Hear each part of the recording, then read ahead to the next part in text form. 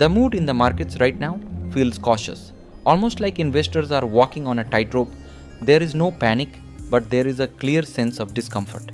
Global cues are mixed, domestic signals are uneven, and one key variable is quietly influencing everything: the price of oil. It begins with geopolitics. Tensions around Iran and uncertainty over the Strait of Hormuz have pushed oil prices higher. Now, for a country like India, that immediately sets off a chain reaction.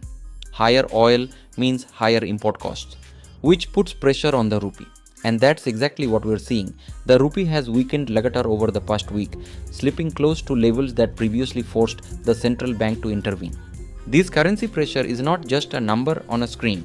It affects inflation expectations, foreign investor confidence, and ultimately equity markets. When the rupee weakens and oil rises together, investors become more defensive. That explains why the Nifty has struggled recently, logging one of its weakest weeks in over a month. At the same time, global markets are sending mixed signals. US equities, after touching record highs, are showing signs of fatigue. Not a sharp correction, but a pause, a hesitation. Investors are reassessing risks as geopolitical tensions rise and central banks prepare for policy decisions. While interest rates are expected to remain unchanged, what truly matters is the tone, how central banks interpret the inflation risk coming from rising oil prices. And then there is the technology sector, once the backbone of market optimism. Today, it is turning into a source of concern. IT stocks in India have been under persistent pressure. Earnings have been soft, growth guidance is muted, and there is a deeper structural shift underway. Clients are cutting back on discretionary tech spending, and artificial intelligence is quietly disrupting traditional outsourcing models. It's not a sudden collapse, but a slow erosion of confidence. And because IT carries significant weight in the index, its weakness is dragging overall sentiment lower. But markets are never one-dimensional. Even in a cautious environment, there are pockets of strength. Take metals, for example. Steel companies are benefiting from rising prices, supply disruptions, and supportive policies like anti-dumping duties. Margins are improving and investors are taking notice. Similarly, parts of the chemical sector are seeing tailwinds as global supply chains shift and China moves away from low-end production. These are subtle shifts, but they indicate where capital is quietly rotating. Meanwhile, corporate activity is adding another layer to the story. Sun Pharma's large international acquisition signals ambition and global expansion from Indian companies. On the other hand, Reliance Industries, despite being a market heavyweight, is facing pressure.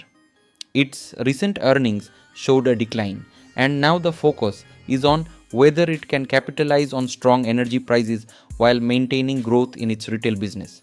When a company of that scale slows down, it naturally weighs on broader market sentiment. Globally, the tech landscape is also becoming more fragmented. China's decision to block a major acquisition involving Meta highlights rising geopolitical and technological barriers. This isn't just about one deal. It reflects a broader trend where global tech flows are becoming more restricted, and over time, that could reshape how capital moves across markets. Even in Europe, defensive strategies are emerging. Germany's efforts to protect its banking system from foreign takeovers signal a shift toward economic self-preservation. These moves may seem distant, but they all contribute to a global environment that is becoming more cautious, more fragmented, and less predictable. So where does that leave investors today? In a market that is balancing multiple forces at once, rising oil prices are creating inflation concerns, a weakening rupee is testing central bank resolve, IT stocks are dragging sentiment lower, while sectors like metals and chemicals are quietly gaining strength. And above all, global uncertainty continues to hover in the background. Looking ahead, the next triggers are clear. Central bank commentary will be crucial, not just what they do, but what they say. Oil prices will remain a key variable, and domestically, earnings from heavyweight companies will shape near-term direction.